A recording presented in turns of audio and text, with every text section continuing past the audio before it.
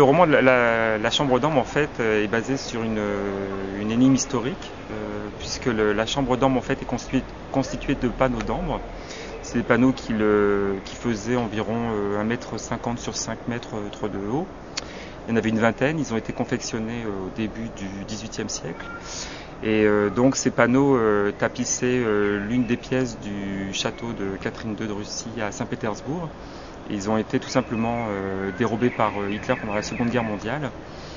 Ils ont été emportés quelque part, on ne sait pas où, et depuis ils ont disparu. Donc cette énigme historique en fait est très populaire donc en Russie, en Allemagne et en Pologne. Alors en Russie parce qu'effectivement les panneaux d'ambre étaient à Saint-Pétersbourg. En Pologne parce qu'ils ont été constitués en suivant la tradition des maîtres ombriers de Gdansk. Et puis en Allemagne aussi parce que finalement depuis quelques années on retrouve des petits fragments de cette chambre d'ambre en Allemagne. Et donc ça a suscité un intérêt de la part de...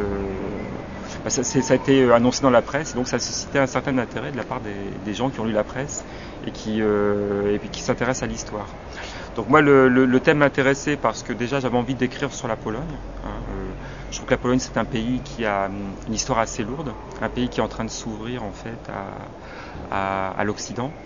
Et donc j'avais envie de décrire ce pays, et puis le fait de pouvoir ancrer l'histoire sur une vraie énigme historique, je trouvais ça intéressant.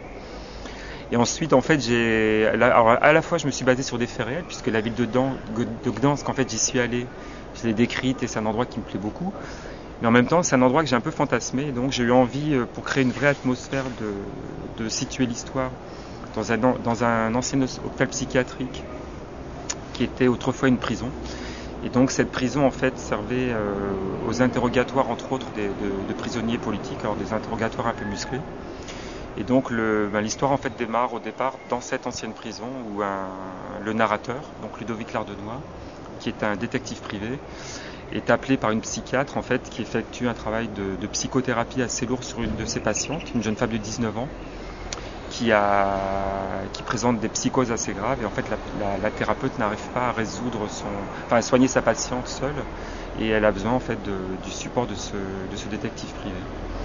Et comme en fait la jeune femme elle-même a subi un traumatisme lourd 10 ans auparavant, lorsque son père est mort dans l'incendie de leur maison. Et comme son père travaillait en fait était un historien assez connu et qui travaillait sur le mystère de la Chambre d'Ambre. Donc du coup les deux histoires se rejoignent, à la fois le narrateur, donc le détective, enquête sur la Chambre d'Ambre, sur ce que le père de cette jeune femme a découvert au niveau de cette énigme historique, et puis en même temps en fait il aide la psychiatre à résoudre tout le